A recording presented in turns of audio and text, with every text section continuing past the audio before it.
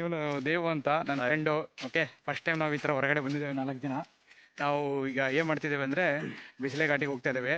ಅಲ್ಲಿ ಹೋಗಿ ಬಿಸಿಲನ್ನು ಸಿಗುತ್ತೆ, ಅದನ್ನು ತಗೊಂಡು ತಿನ್ನಬೇಕಾದ್ರೆ ನಿಮಗೆ ತೋರಿಸ್ತೇವೆ. ಓಕೆ, ತುಂಬಾ ಅದ್ಭುತವಾಗಿದೆ.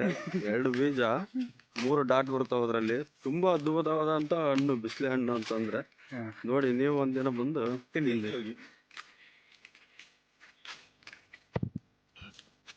ಫ್ರೆಂಡ್ಸ್, ನಿಮಗೆ ಹೇಳಿದ್ವಲ್ಲ ಒಂದು ಬಿಸಿಲೆ ಬೀಜದ ಮರ ಅಂತಂದು, ಆ ಮರ ಇದೆ ನೋಡಿ. ಬಟ್ ಏನು ಹಾಳಾಗೋಗಿದೆ, ಬಟ್ ಇದೇನು ಹೂವು ಹಣ್ಣು ಬಿಡ್ತಾ ಇಲ್ಲ ಇವಾಗ.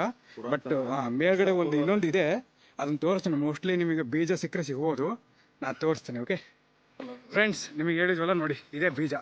ಇವು ಇನ್ನೂ ಹೂವಾಗಿದೆ, ಇವು ದೊಡ್ಡವಾಗಬೇಕು. ನಿಮಗೆ ಈಗ ಸದ್ಯ ಚಿಕ್ಕದಾಗಿ ತೋರಿಸಿ ನೋಡಿದೆ.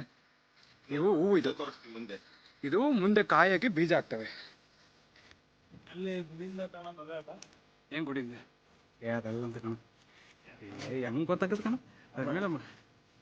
ಫ್ರೆಂಡ್ಸ್, ಹೇಳಿದ್ವಲ್ಲ ಬೀಜದ ಹೂವು, ಇದು ಬೀಜದ ಹೂವು.